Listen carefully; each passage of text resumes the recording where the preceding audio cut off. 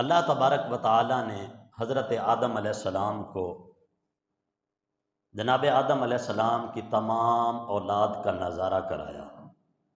قیامت تک جتنی بھی آپ کی اولاد نے آنا تھا نا، تو اللہ تبارک و تعالی نے آدم علیہ السلام کو ساری اولاد دکھا دی۔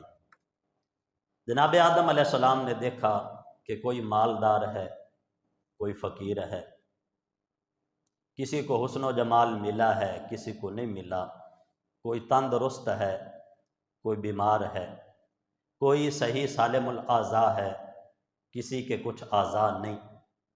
تو جناب آدم علیہ السلام نے جب اپنی ساری اولاد کی طرف نظر کی اور یہ فرق دیکھا کہ کوئی مالدار، کوئی فقیر، کوئی حسن والا، کسی کے پاس حسن نہیں، کوئی تندرست ہے تو کوئی بیمار ہے، کوئی جس کے ہیں وہ اعضاء پورے ہیں، کسی کے اعضاء پورے نہیں۔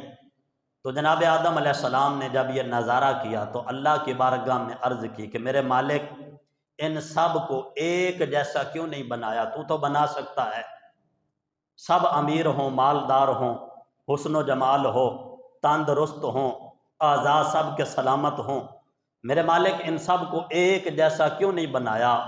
تو رب ذوالجلال خالق کائنات، مالک کائنات نے فرمایا پیارے آدم، مجھے یہ بات پسند ہے کہ لوگ میرا شکر ادا کریں۔ کہا کہ اگر سب کو ایک جیسا بناتا تو پھر کون شکر کرتا؟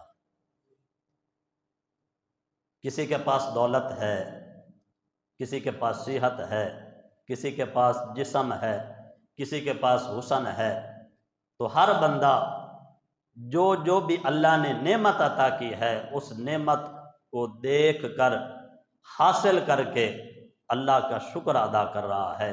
تو فرمایا کہ پیارے آدم، میں نے سب کو ایک جیسا اس لیے نہیں بنایا کہ مجھے یہ بات پسند ہے کہ میرا بندہ میرا شکر ادا کرے۔